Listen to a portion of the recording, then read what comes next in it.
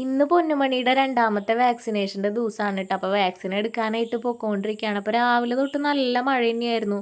അതുകൊണ്ട് തന്നെ പോണ വഴിക്ക് നിറയെ വെള്ളക്കെട്ടും കാര്യങ്ങളൊക്കെ ആയിരുന്നു കേട്ടോ.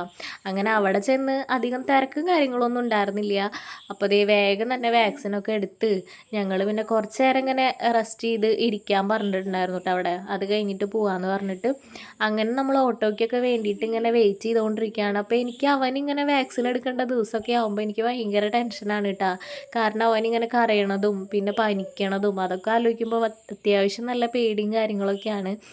അങ്ങനെ ദേ നമ്മൾ വീട്ടിലേക്ക് ഇങ്ങനെ പോന്നിട്ടുണ്ടായിരുന്നു കേട്ടോ. വീട്ടിലെത്തിയപ്പോൾ അത്യാവശ്യം കുറച്ച് നേരമൊക്കെ അവൻ കിടന്നുറങ്ങിയിട്ടുണ്ടായിരുന്നു. ഉറങ്ങി എണീറ്റപ്പോഴാണ് പിന്നെ പനിയും അതുപോലെ തന്നെ കാലുവേദനയൊക്കെ വന്നിട്ടുണ്ടായിരുന്നത്. പിന്നെ ഞാൻ കുറേ നേരം അവനിങ്ങനെ എടുത്തുകൊണ്ടേ നടക്കുന്നതായിരുന്നു.